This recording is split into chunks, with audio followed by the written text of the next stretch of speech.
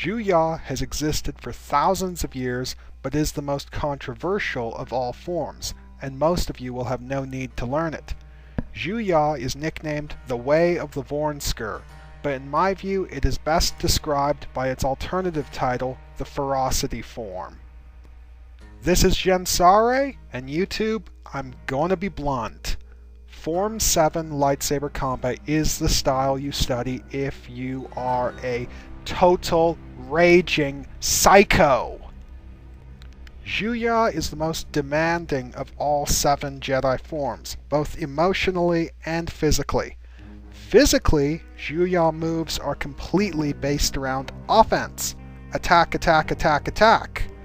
The attacks themselves, as compared to the other forms, are more open and kinetic than the Gemso moves, but far less elaborate than the Taru. All Form 7 moves are executed in high-energy staccato bursts, backed up by advanced force-assisted acrobatics. Due to this focus on staccato and randomized attack patterns, Juyo moves are much more difficult to execute than, for example, the graceful and linked sequences of a Taru. But the physical difficulties are negligible compared to the mental stress involved in studying Form 7. The mental and spiritual aspects of Juyo require the practitioner to fuel himself with his aggressive feelings and attack with passion. To practice Form 7, a duelist must allow himself to be swept up in the excitement and thrill of battle. While the outward bearing of a Form 7 master may be one of calm, the internal pressures within verge on explosion. Juyo requires the same intensity as Form 5, but greater energy to compensate for the broader focus. Greater emotion is called for, but also greater mastery of it. The end result is that the only people capable of properly practicing and mastering Juyo are angry lunatics with a lot of self-discipline, an exceedingly rare combination. Due to the rarity of such Jedi, Form 7 has remained under development for thousands of years. At least until this guy came along. Windu. Mace motherfucking Windu. Windu mastered Juyo, and with the help of fellow swordmaster Sora Bulk, completed the development of Form 7 lightsaber combat and created the Vaapad style. In practical terms, Vaapad did everything Juyo did, only better. Physically speaking, a proper Vaapad master was often moving too fast to see, appearing to wield multiple lightsabers at once and attacking from every angle, the moves flowing one to the next with liquid precision. Mentally speaking, Vaapad transcended the qualification of martial art and became a state of mind. Along with allowing oneself to be caught up in the fury of battle, Vaapad users would also accept the fury of an opponent and turn it back on him in a superconducting loop, essentially feeding off of his aggression and using it against him. With this skill, a Vaapad duelist could continue fighting for an indefinite period of time, limited by only how long his opponent held out.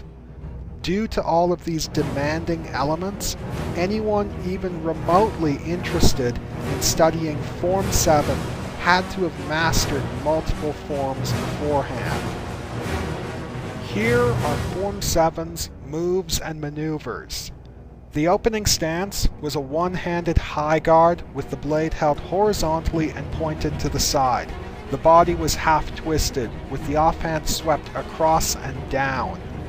The Vaapad ready stance has no description, and is instead spoken of as a constant, near-invisible weave of energy. I'm not even sure I want to know what this stance is.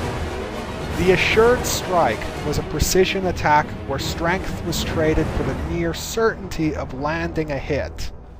The Vornskr's ferocity was a vicious attack sequence based around force-fueled aggression. A Form 7 master could utilize the technique without falling to the dark side of the Force or allowing it to influence him.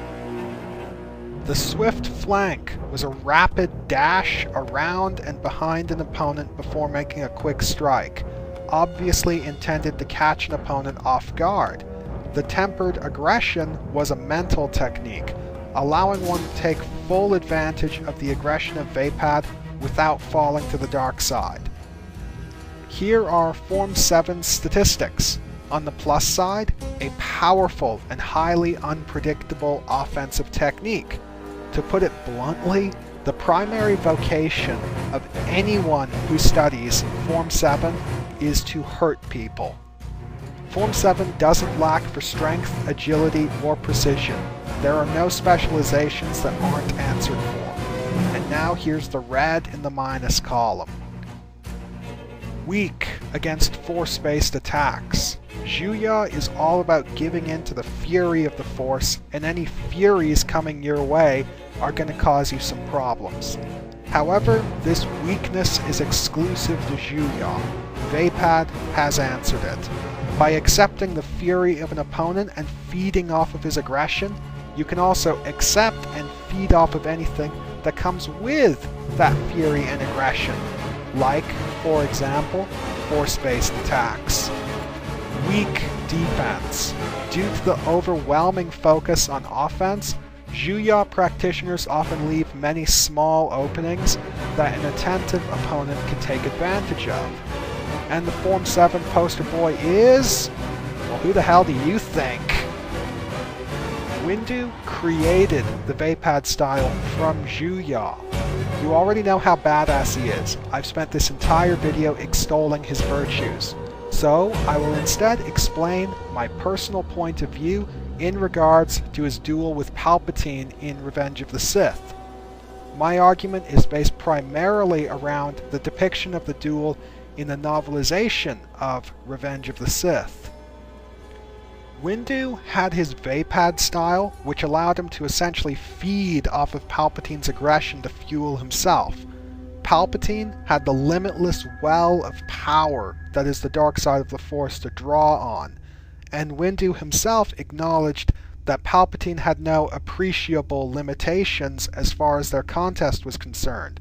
Simply put, had the two of them been fighting on neutral ground, they would have been absolutely evenly matched and their contest would have lasted forever. If you have read the novel, you will know that Windu admits this. The novel also makes it pretty clear that Windu was only able to beat Palpatine by luring him out onto the window ledge, causing him to reallocate some of his Force ability from his Force-assisted speed into a Force-assisted grip on the ledge so as not to fall off. Essentially, Windu seized the tactical advantage.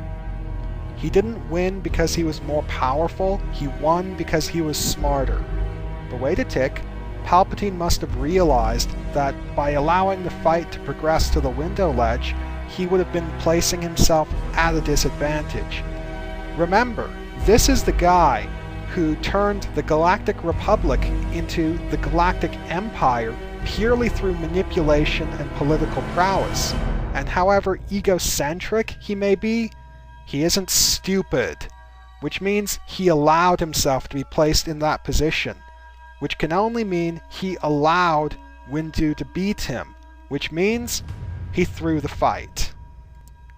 But this doesn't diminish Windu, because it was already made clear that in a straight mano-a-mano contest, they would have been evenly matched and their fight would have lasted forever. Neither would have bested the other, because in direct comparison, Mace Windu and Palpatine are absolutely equal. Hope you enjoyed the video. This is Gensare signing off. Purely through manipulation and political prowess. So God, fuck!